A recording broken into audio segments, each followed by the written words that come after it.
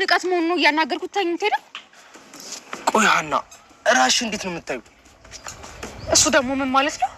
ስህተትሽን ማመን የማትፈልጊ ሴት እንዴት ነው ነገ ከኔ ጋር ህይወት መስራት የምትችይው? ሰላም ድና የተከበራችሁ የድል ቤተሰቦች ላይክ፣ ሼር፣ ሰብስክራይብ በማድረግ ቪዲዮ ጀምሩ። እንደምታዩት ሀንዬ በጣም ከአሲድ ጋር እየተጣላች ነው። ምክንያቱም እሱ ደግሞ ያው እሷን ለማግባት ይፈልጋል። በአሁን ሰዓት ጋብቻቸውን ይፈልጋል። እሷ ደግሞ ያለባትን ችግር በአሁን ሰዓት ወይዘሮ ሜላትም ሆነ ሰላም ወንድሟም ሆነ አሁን ያሉበት ምናሴም ጥሩ ነገር ላይ ስላሆነ የትዳር ሀሳብ የላትም።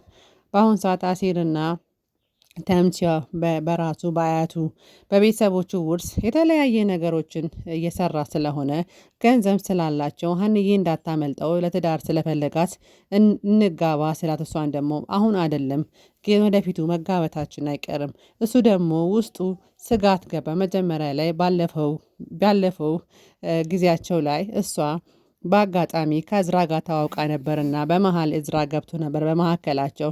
እሱ ደግሞ ይሄ ጥርጣሬ ውስጡ ስላለ ሀንዬ የራሱ የማድረግ ሀሳብ ላይ ስላለ በአሁኑኑ እንጋ ብሎ በጣም ተጨቃጨቃት። እሷ ደግሞ እሺ አሲር ግን አሁን አይደለም ሰዓቱ ገና አይደለም ብላ እምቢ አለችው። አሲርም አኩርፎ እየሮጠ ወደ ጓደኞቹ ጋር ሄደ።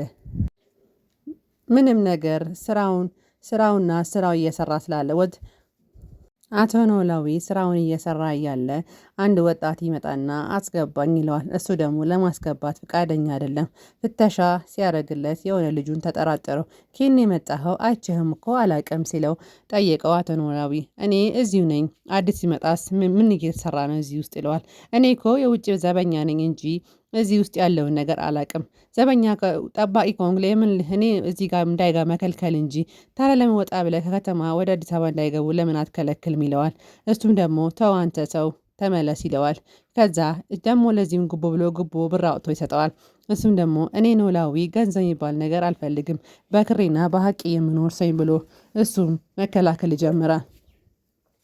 ከዛ እሱም ደግሞ እኔ ካሁን በኋላ አንድ ነገር ጠይቅ፣ ከዚህ ግቢ እንድትሄድ እንድትርቅ እፈልጋለሁ ብሎ ሊያረቆ ሲፈልግ ሰውየው ፈቃደኛ አይደለም። ከዛ ኖላዊ አሁን ሳላዞርብህ ቀጥ ብለህ ከዚህ ብሎ ያባረዋል።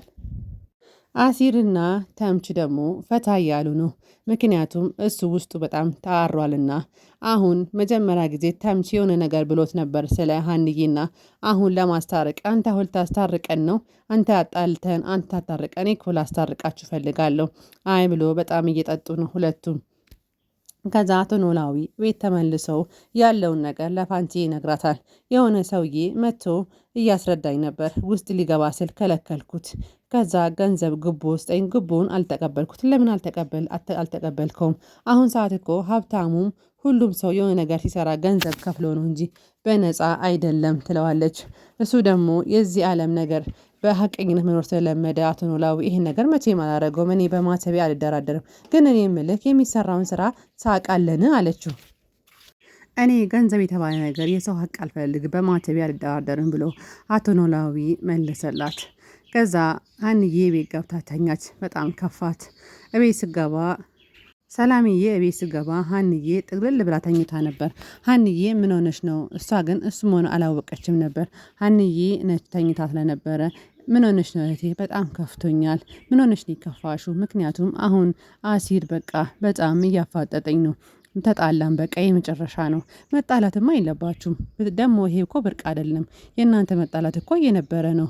ግን አሁን እኮ እሱ ሊያምነኝ አልቻለም። በእዝራ የነበረው ሰዓት አስታውሶ አሁንም ትከጅኛል እያለ ነው። እኔ ደግሞ ለማግባት አሁን ዝግጁ አይደለሁም። ትታረቃላችሁ እህቴ ብሎ አጽናናቻት። ወይዘሮ ሜላት ደግሞ ስራ ቦታ ሰውየው በጣም እያስቸገራት ነበር። ምክንያቱም እሷ ስራውን በአግባቡ እየሰራች ነው። እሱ ግን አስር እየመጣ ስራውን ይሄን ስር እያለ የእሷን ማሰራው ማፈልገውን ነገር ደጋግሞ ሲያስቸግራት ነበረ። እሷ ደግሞ አይ እኔ ይሄን ነገር ሳልጨርስ ይሄን መጀመር አልችልም። እሱ ለካስ እየተበቀላት ነው። በፊት ስራ የእሷ አሰሪ ስለነበረ አሁን ግን ስራውን እንድትሰራ ፈለገች። ስራውን ትታ ወደ ቤቷ ገባች።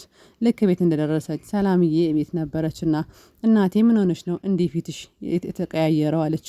አይ በቃ ነገሮቹ በጣም ከአቅሜ በላይ የሆኑ ነው፣ ሰውየው እያስቸገረኝ ነው ብላ ነገረችው። አይ ምን ሆነች ነው በስርዓት መስራት አለበት እንጂ ስራውንማ ማክበር ስራውን ካከበርሽ ክብሬን የሚነካ ነገር እያደረገ ስለሆነ ካሁን በኋላ ያንን ስራ አልሰራም ብላ በጣም አዝና ቤት ተመለሰች።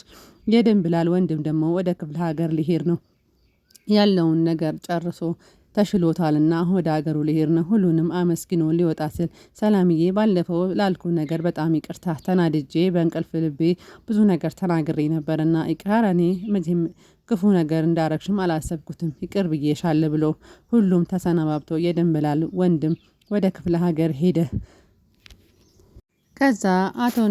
ከዛ ይሄ እሷን ሜላትን የሚያሰራ ሰውዬ ወደ አሁኑ መጣና መንገድ ላይ ወደ ብር ጠየቃት። ነይ እስቲ ከዛሬ ጀምሮ መስራት አለብሽ፣ አብረን እንስራ፣ ለባለፈው ይቅርታ ብሎ ጠይቃት። የምን ይቅርታ ነው? በክብሬ የመጣውን ነገር ይቅርታ አላረገለትም ብላ በጣም ተጨቃጨቀችው። በቃ ይቅርታ አድርጊ ወይዘሮ፣ ማድረግ አልነበረብኝም ወይዘሮ ሜላት ብሎ በጣም ይቅርታ ጠይቃት። እሷም ደግሞ ካሁን በኋላ አጠገቤ እንዳትደርስ እሺ ይቅርታ አድርጌልሃለሁ፣ ስራውን ግን አልሰራም። በጣም እልህኛና ጀግና ነች እሷ። ምንም ችግር ላይ ብትሆንም ሰው የእሷን ክብር እንዲነካ በፍጹም አልፈቀደች። ክብሬን እየነካህማ መቼም ብላ በጣም አመነጫጭቃ ሄደች። ወዲያውኑ እሱም በጣም ተናዶ ምክንያቱም እሷ መሰራ ጎበዝ ሰራተኛ ስለነበረች ያቃልና ብዙ ገንዘቦችን እንደሚያገኝ በሷ ተማምኖ ነበር። ነገር ግን ምላሱና ትዕቢቱ ነው። በጣም አዘነና የኔ ጥፋት ነው ይሁሉ አለ። ሀንዬ ግራ ቢገባት አባቷ ጋር ሄደች። አባቴ በጣም ጨንቆኛል፣ ስለ ተምቹን አፍቆኛል እና ታዲያ አትሄጂም ከሱ ጋር? እንዴት ነው የሚል እንደ ድሮ አትሄጂም አላት። አይ በቃ አሁን ተጣልተናል፣ አይ ያለውን ነገር ማስተካከል ያለብሽ ብሎ አጽናናት። አይ ከአሁኑ በኋላ እንኳን የከፋ ነው፣ እንደ በፊቱ አይደለም እኮ አባዬ፣ ያለው ነገር በጣም ከባድ ነው። አይ ተይው ቀላል ነው፣ እሱም ልጄ ነው፣ አንቺም ልጄ ነሽ፣ ያለው ነገር ይስተካከላል፣ ስለዚህ መጨናነቅ የለብሽም ብሎ አቶ ኖላዊ ሀንዬን አጽናናት። ወይዘሮ ሜላት ወደ ቤት ስትመለስ ሰላምዬ በጣም ከፍቷት ቁጭ ብላ ነበር። ምን ሆነሽ ነው አለ ምናሴ። እኔ ጋር እንዳትመጪ ስላለኝ ከፍቶኝ ነው። እንዴ ምንድነው እንደዚህ የሚያስከፋሽ? ይሄን ያህል ምን ከፋሽ? ትል አይ እኔ ቤት መዋል አልፈልግም። ካሁን በኋላ እኔ እያንዳንዱን ነገር በራሴ ካርድ እንኳን የ5 ብር ካርድ እንኳን መግዣ እያጣው ነው ብላ በጣም ተናዳ ተናገር። ወይዘሮ ሜላት ደግሞ በጣም አዘነች። ወይኔ ሜላት ይሄን ያህል ለልጆች እንኳን ማድረግ አቃተኝ ብላ በጣም ተሰማት። ምክንያቱም ከዚህም በፊት ሁላችንም እንደምናውቀው ወይዘሮ ሜላት በጣም ገንዘብ ያላትና ድርጅቶችና ሀብት ያላት ልጅ ሴት ነበረች። በአሁን ሰዓት ደግሞ ሁሉን ነገር አታለች። ከዛ እኔ ካሁን በኋላ እቤት አልውልም፣ እኔም በቃ ምናሴ ጋር ቁጭ ብዬ ሊስትሮን መልመድ አለብኝ ብላ ለወይዘሮ ሜላት ነገረቻት።